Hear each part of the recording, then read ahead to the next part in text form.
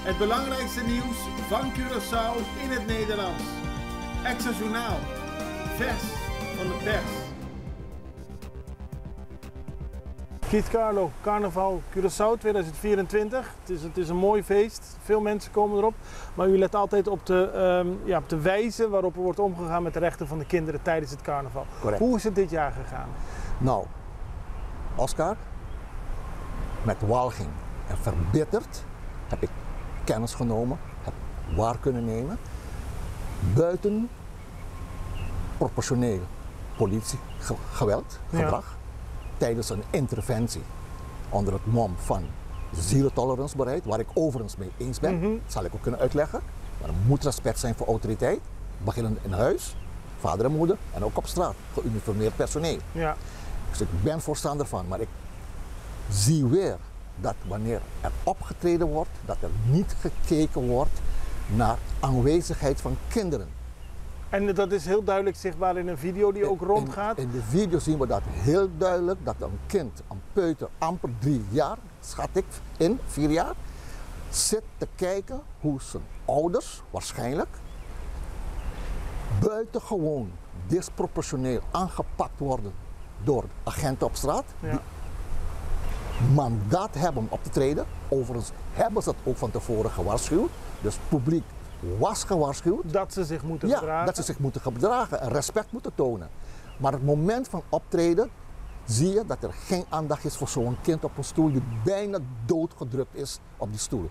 Je ziet dat het kind daar zit, kan geen kant op. Ja. Er gebeurt van alles daarnaast tussen de politie en de ouders, of in ieder geval de mensen die daarnaast zitten. Wat had de politie moeten doen in dit geval? Voordat je zo een interventie pleegt, heb je van tevoren moeten kijken voor je eigen veiligheid als politie, wat je gaat doen. Ja. Ja, want je kan een tegenreactie verwachten.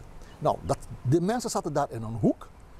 Kinderen, want behalve dat kind. Waren er nog meer kinderen? Ja, kinderen, maar die waren gewoon wel onder toezicht van hun ouders. Maar dat kind, waarschijnlijk zijn ouders, die waren in een conflict communicatief met de politie. En die hadden geen aandacht voor hun kind. Ja? Kan ik ook boekdelen over schrijven, want je moet wel aandacht hebben voor je kind.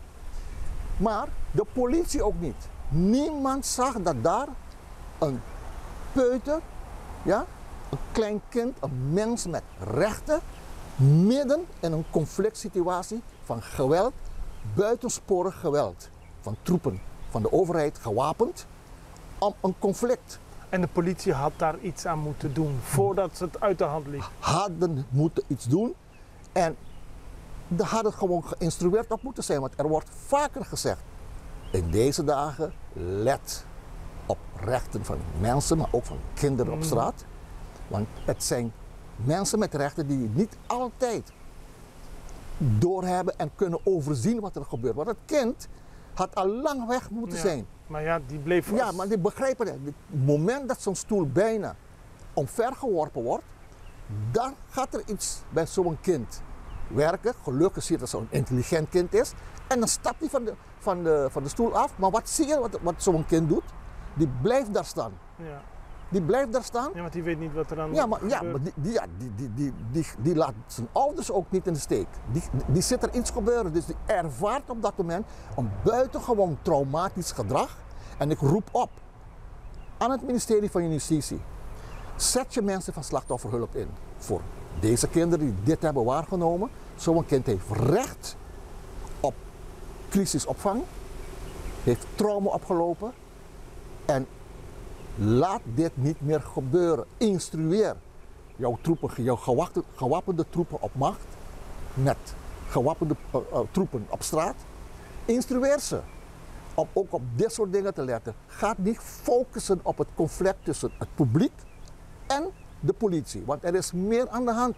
Snap je? Ja. En we hebben hier eigenlijk een nationaal niveau decennia lang, Oscar, hebben we een autoriteitscrisis, grensoverschrijdend gedrag. Het begint al thuis. Ja? Ik heb mijn handen vol met ouders die klagen dat ze gewoon geen orde in huis meer kunnen stellen, omdat hun autoriteit niet meer gerespecteerd wordt. En ook dan heeft het kind recht dat zo'n ouder ondersteuning krijgt in de opvoeding, staat in de rechten en van daar het kind. moeten we meer naar kijken. En dat doet niet. We hebben een falend, buitengewoon falend familiebeleid, gezinsbeleid. We hebben een falend sociaal welzijnsbeleid. We hebben een falend humanitair beleid in dit land. Maar er gaat wel miljoenen naar die ministeries. Ja, hebben- daar gaat eigenlijk iets mis. Duidelijk, duidelijk.